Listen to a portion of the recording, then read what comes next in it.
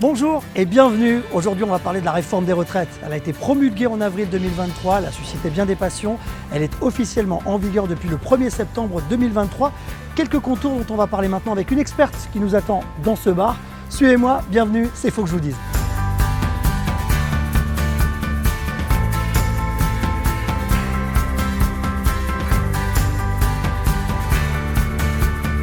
Bonjour Mélanie. Bonjour José. Alors tu travailles à la CARSAT.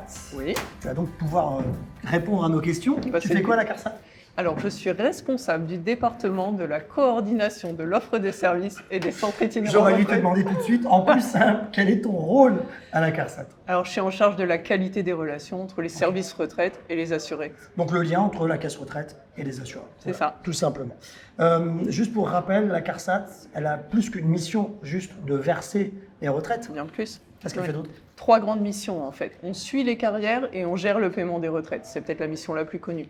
Mais on prévient aussi les risques professionnels et on accompagne les assurés qui sont dans des situations de fragilité. Donc vous travaillez avec les entreprises sur ces préventions des risques professionnels? C'est bien ça, oui. C'est ça? Ouais. Très bien, donc gérer, donc gestion, prévention, accompagnement. C'est ça. Quelques chiffres, parce que c'est quand même assez évocateur. 1,3 million, près d'1,3 million de retraités en Hauts-de-France Oui. en 2021. Ça représente quoi ça? Ça représente 12 milliards d'euros versés chaque année aux retraités et à peu près 70 000 nouvelles retraites attribuées tous les ans. Donc 70 000 nouveaux retraités chaque année dans les Hauts-de-France. Je crois que vous êtes la 3e CARSAT, Oui. la plus importante. En termes de nombre de retraités, oui. Alors, on a parlé un petit peu de cette réforme, on a beaucoup évoqué, il y a eu des débats, des passions. On n'est pas là pour revenir un petit peu sur le bien fondé ou pas de cette réforme. Par contre, peut-être la décoder un petit peu, Oui. parce qu'il faut qu'on leur dise. Et on va revenir justement avec Caro sur quelques points de cette retraite, et on en parle juste après. Caro, un focus sur les points qui ont changé au 1er septembre. Alors José, voici les 7 points clés de cette réforme. Premier point, le relèvement progressif de l'âge légal et l'accélération de l'augmentation de la durée d'assurance. Qu'est-ce que ça veut dire? Eh bien José, tu vas devoir, comme tous les autres, travailler un petit peu plus longtemps. Deuxième point, l'adaptation des départs anticipés. Ça va dépendre de l'âge auquel vous avez commencé à travailler et à la durée de votre activité professionnelle. 3. Améliorer la transition entre activité et retraite et encourager l'emploi des seniors. C'est ce qu'on appelle le cumul emploi-retraite et aussi la possibilité de partir à la retraite progressivement. 4. Prévenir l'usure professionnelle. Il s'agit de pénibilité au travail. On va augmenter les points acquis en faveur des facteurs de risque auxquels vous aurez été exposés durant votre carrière. 5. Les mesures en faveur des assurés les plus modestes. On va ici venir les accompagner plus dignement. 6e point, mesures sur la carrière. On va améliorer la prise en compte de certaines périodes d'activité, comme par exemple les stages. 7e et dernier point, José, le droit à l'information.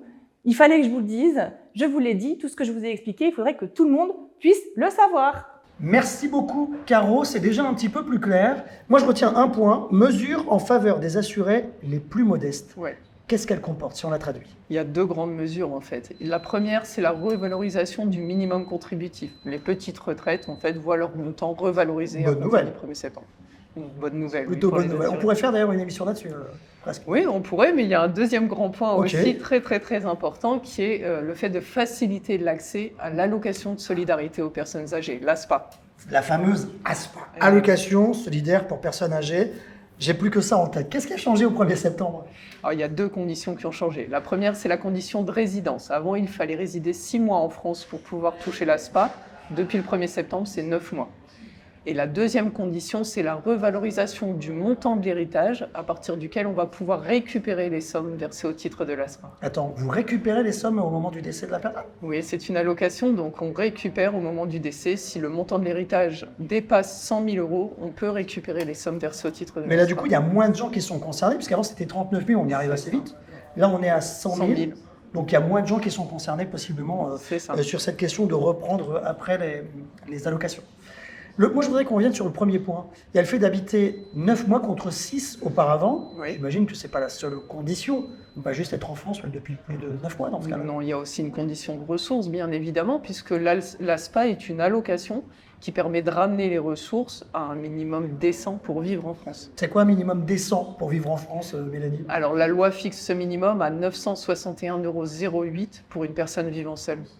Alors moi, il y a un truc qui me vient en tête, c'est ce qu'on a appelé le minimum vieillesse. Ça existe encore? C'est comme ça que ça s'appelle? Oui, c'est comme ça que les gens appellent communément l'ASPA. Souvent, on parle de minimum vieillesse. On va demander à Caro de nous faire un petit focus sur ce minimum vieillesse. Caro? Eh bien, José, l'ASPA, c'est l'allocation de solidarité aux personnes âgées. Cette allocation, elle concerne les personnes de plus de 65 ans qui ont des revenus modestes et qui bénéficient d'une pension de retraite, mais qui n'est pas suffisante pour couvrir leurs besoins de base. L'objectif de cette allocation, c'est tout simplement de garantir un revenu minimum aux personnes âgées et de les aider à vivre plus dignement. Merci beaucoup, Caro. Elle vient de nous expliquer qu'il y avait l'âge de 65 ans, moi de mémoire, avec le passage de cette réforme.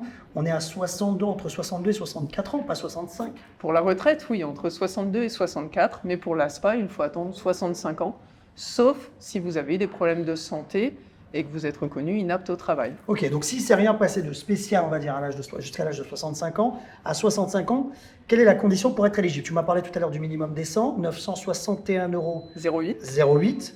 Comment ça se passe? Alors, bien évidemment, il faut que les ressources soient inférieures à ce montant pour qu'on puisse attribuer l'ASPA. Ok, mais si j'ai 600 €, tu vas pas me donner 960 €? Ah non, ça ne marche Ça pas comme ça. Non, on te ramène les ressources à ce montant de 961 € 0,8. Donc, si tu touches 600 €, on va te verser 361 € 0,8 au titre de l'ASPA. Alors, tu as parlé de foyer fiscal, ça c'est dans le cas d'une personne seule. Oui. Ça change évidemment si on est deux. Bien évidemment, le plafond est Donc plus élevé. 1800, Non. vous n'avez pas multiplié par deux? Non, on n'a pas multiplié par deux, il y a des frais communs. Non, c'est 1492 € 0,8 pour un couple. Ok, cas concret, madame a 500 € de retraite, monsieur a 400 € de retraite Oui. dans le foyer fiscal. Ça donne quoi en complément par exemple? 592 € 0,8 de complément au titre de l'ASPA. Tout simplement, et rappelons qu'il est, c'est pas automatique, il faut en faire la demande. Oui, comme tout droit à retraite ou l'ASPA, il faut en faire la demande pour pouvoir le toucher. Bon, le meilleur conseil qu'on peut donner à celles et ceux qui nous regardent, il fallait qu'on leur dise, c'est d'aller s'inscrire sur le site de l'assurance retraite, on va l'afficher à l'écran d'ailleurs. Pourquoi? Parce que sur l'assurance-retraite.fr, vous avez toutes les informations générales et dans votre espace personnel, vous avez accès à votre carrière, ça permet de suivre la carrière, et puis à tous les services en ligne de mise à jour de carrière, de simulation de montant et de dépôt de demande de retraite. Allez, j'ai une petite quarantaine d'années, on va pas donner de précision. Toujours. Pourquoi c'est important que je m'y inscrive moi aussi? C'est important parce qu'on suit les carrières et tu es la seule personne à connaître exactement ta carrière professionnelle. Donc ça te permet de vérifier que ce qui est connu de nos services correspond bien à ta carrière réelle. Alors j'ai eu la curiosité d'aller voir moi justement, et je vois qu'il y a des endroits où il manque des documents. Oui. Je peux plus facilement y accéder aujourd'hui que peut-être dans 20 ou 25 ans. Bien sûr, ça limite le risque de perte de documents ou de destruction dans un incendie ou une inondation. Ça Voilà, arrive, et arrivé à malheureusement. l'âge de la retraite, en un clic, j'accède à Quelques une demande de clics, retraite. toutes les demandes de retraite sont demandées pour tous les régimes de retraite français, pas qu'à la CARSAT, les complémentaires aussi. Donc ça facilite les démarches. C'était cool et c'était facile en fait. J'ai pas toujours compris ton rôle au début, mais après, Après c'est au facile. fur et à en fait. mesure, c'est devenu Voilà. très très logique. Merci beaucoup Mélanie, on se retrouve bientôt pour reparler retraite, Avec ici plaisir. dans ce café très sympa. marche. À bientôt Mélanie, merci À bientôt, beaucoup. José. L'assurance, alors non c'est quoi? C'est l'allocation, voilà, l'allocation solidaire pour personnes âgées. Il fallait que je vous dise, allez on se retrouve bientôt, salut.